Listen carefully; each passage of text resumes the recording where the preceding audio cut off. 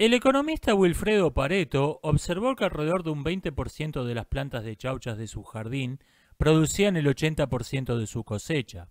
A continuación, notó que esto mismo se cumplía en cada planta por separado, en donde un 20% de las vainas producían un 80% de los granos.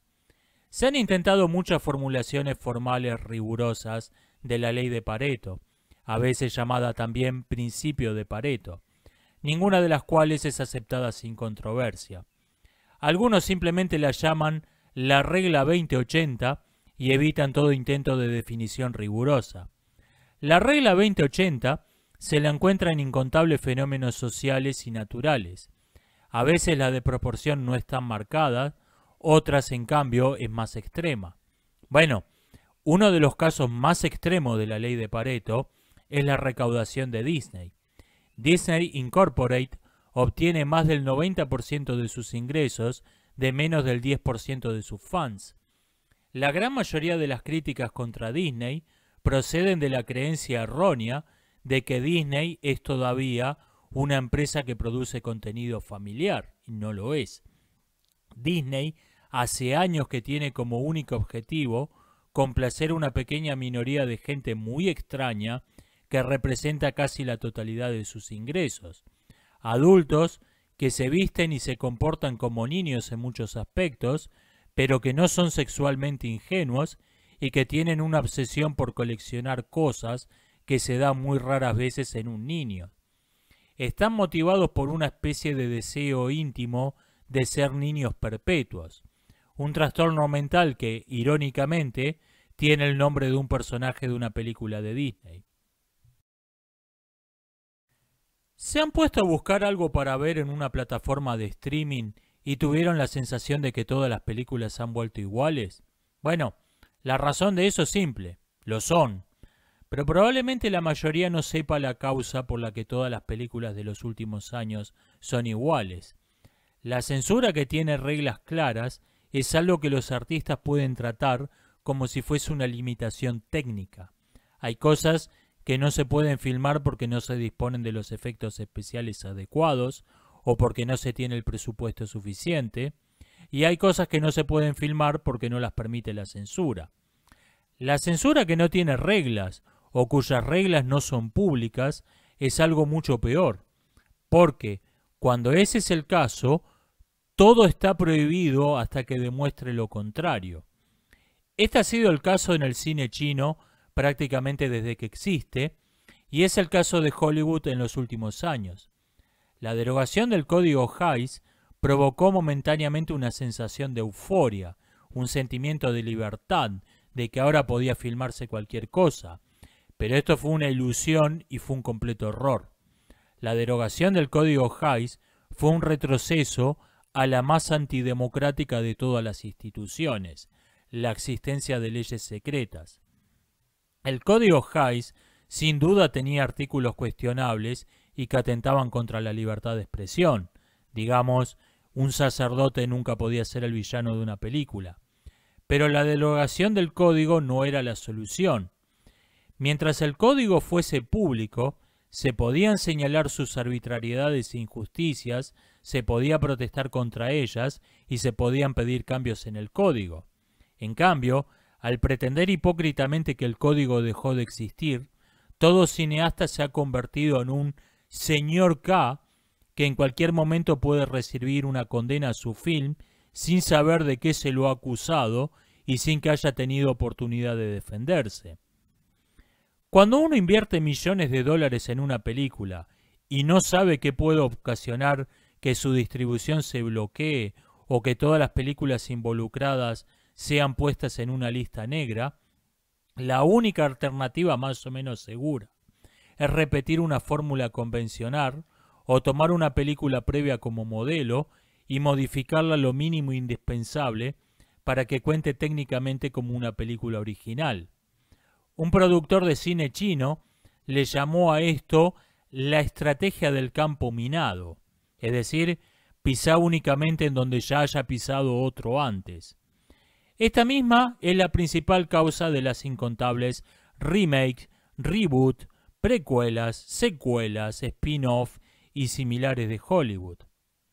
En los mass medias solemos encontrar en los últimos tiempos artículos que enumeran películas que hoy no podrían filmarse.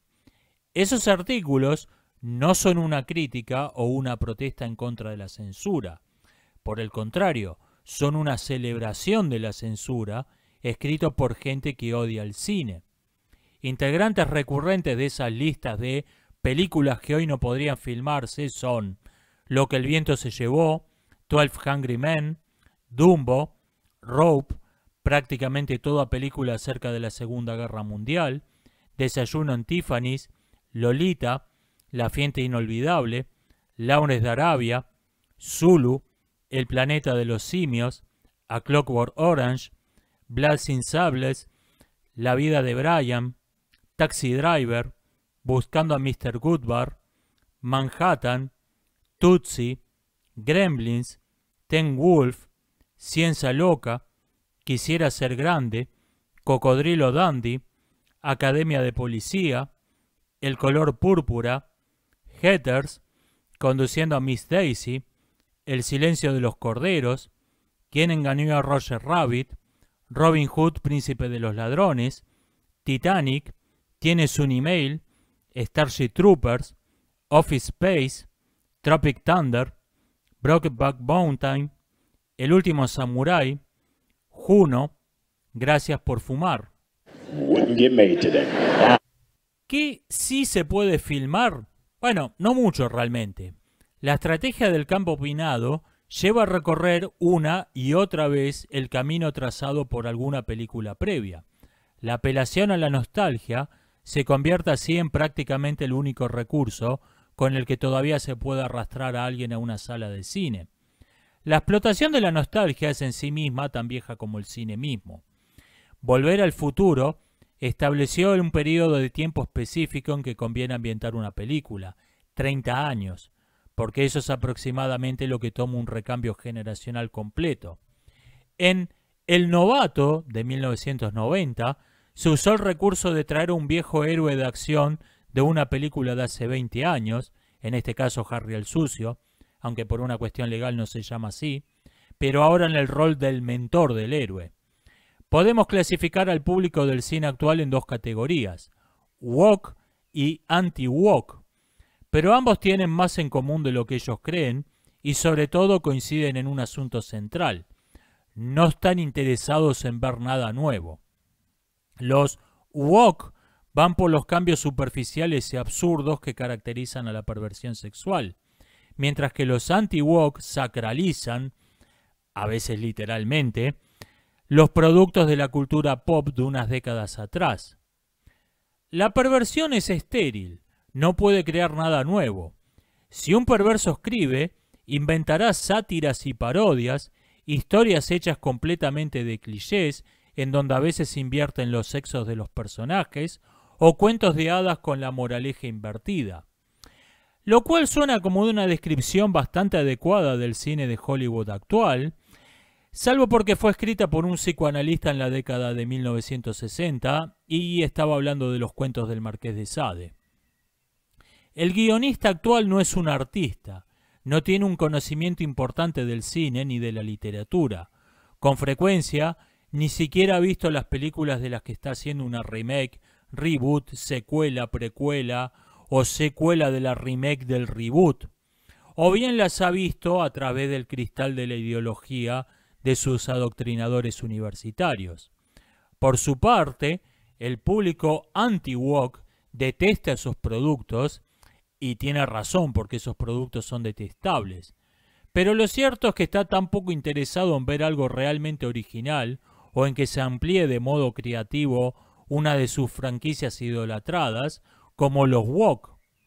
Ghostbusters Afterlife es el paradigma del tipo de cine que quiere ver el público anti-woke, una sucesión de cameos, referencias y repeticiones de elementos de las películas que vieron de niños, en donde los personajes jóvenes no tengan otro rol que hacer preguntas. ¿Qué es esto? ¿Qué es eso?